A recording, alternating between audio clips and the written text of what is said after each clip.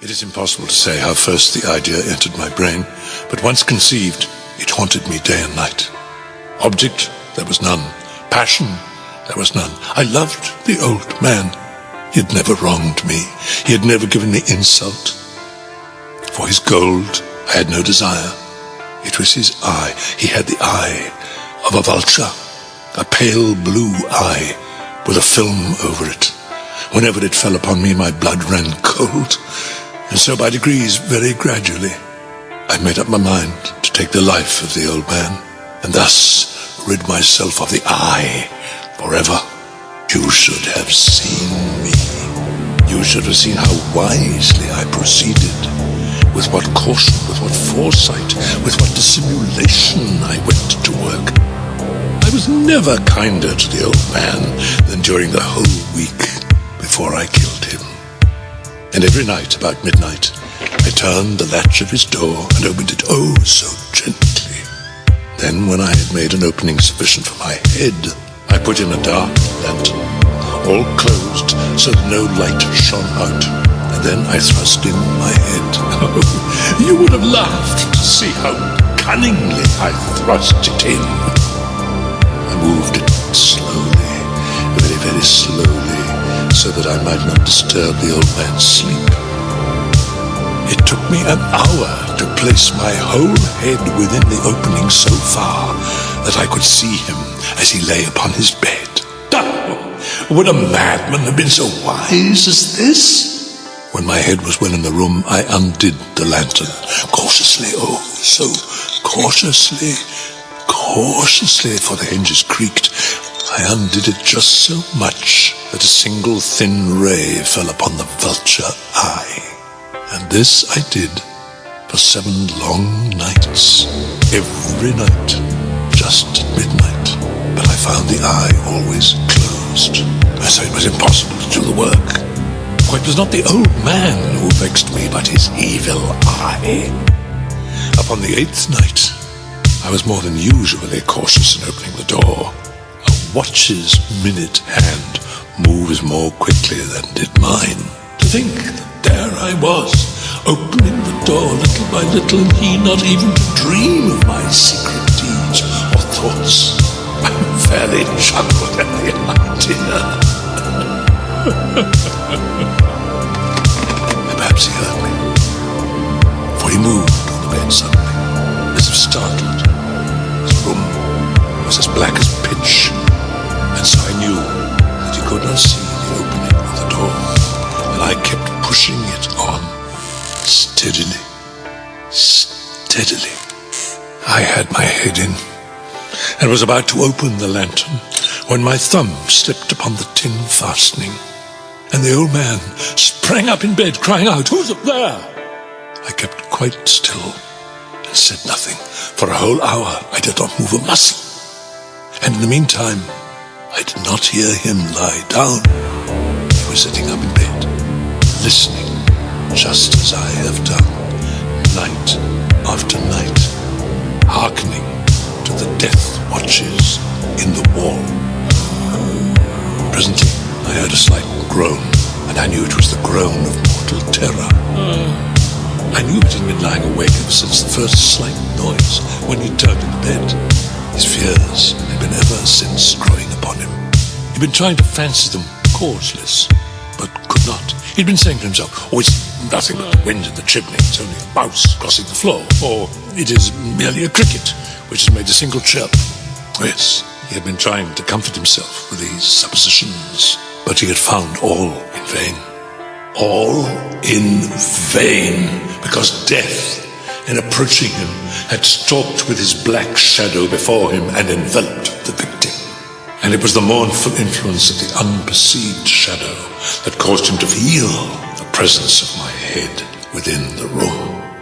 When I'd waited a long time, very patiently, without hearing him lie down, I resolved to open a little, a very, very little crevice in the lantern. So I opened it.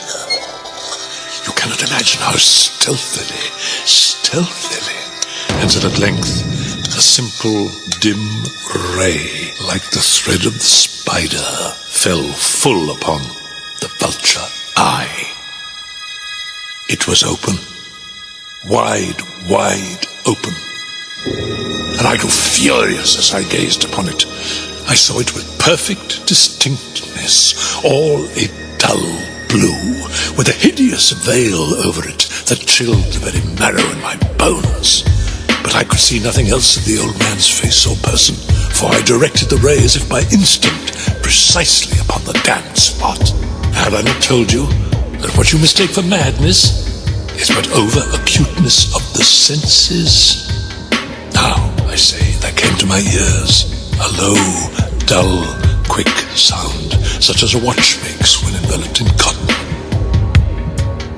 I knew that sound well, too. It was the beating of the old man's heart. It increased my fury as the beating of a drum stimulates the soldier to courage. But even yet I refrained and kept still. I scarcely breathed. I held the lantern motionless. I tried how steadily I could maintain the ray upon the eye.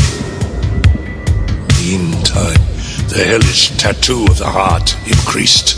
It grew quicker and quicker and louder every instant. The old man's terror must have been extreme. It grew louder, I say. Louder every moment. You mark me well. I told you that I am nervous. And now, at the dead hour of the night, amid the dreadful silence of that old house, so strange a noise as this excited me to uncontrollable terror.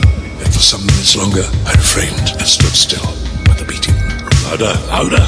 I thought the heart was burst. New anxiety seized me. The sounds would be heard by a neighbor. The old man's hour had come.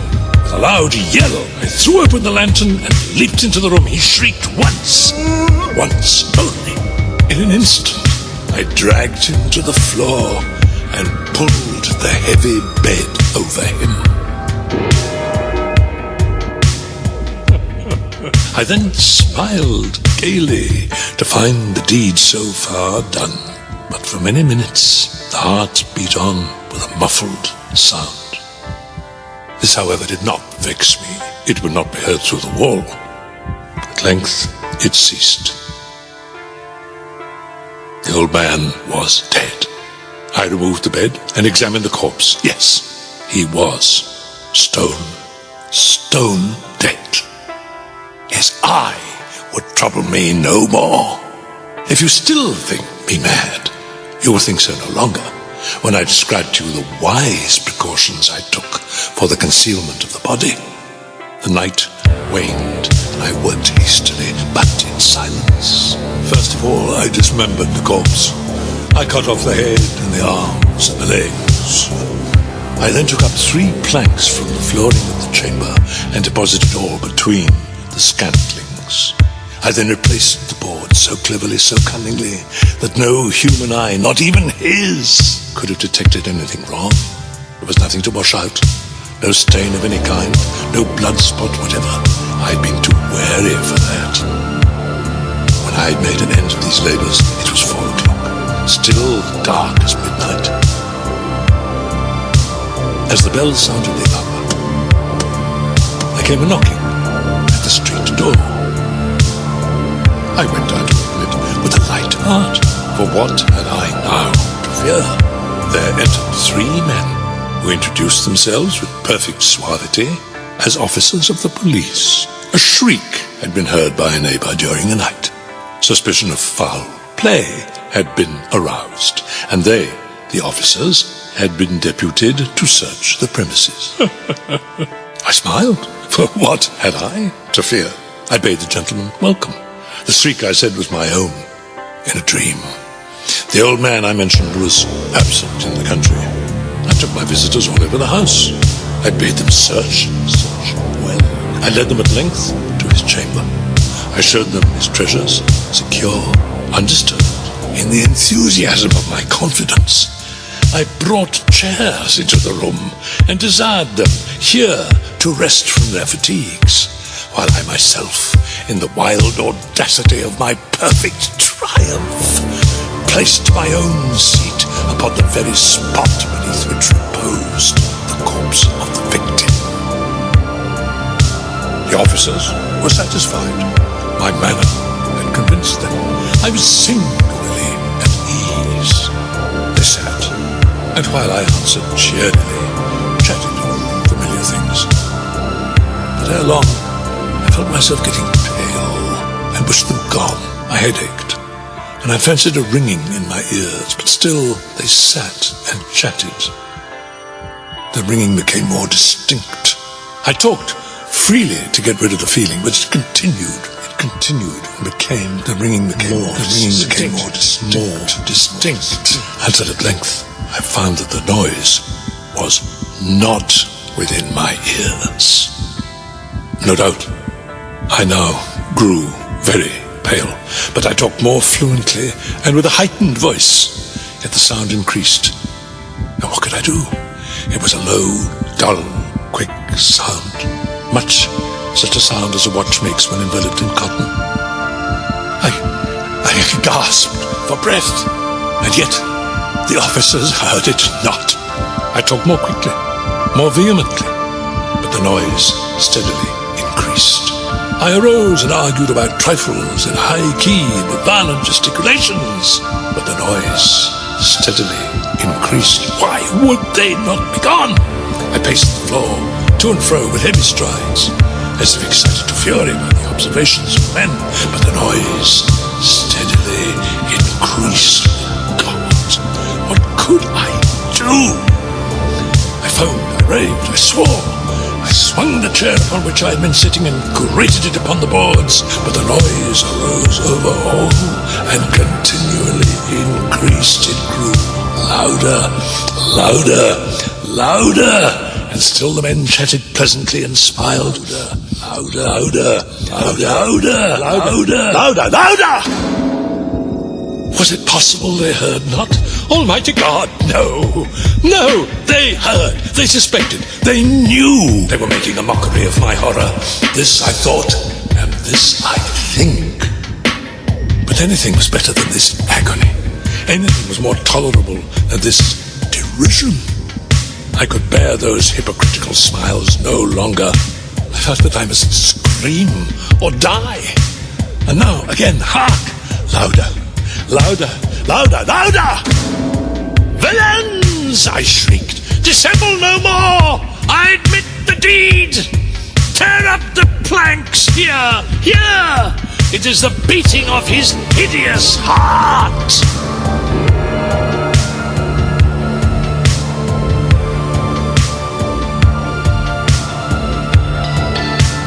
This is Christopher Lee, wishing you a very good night.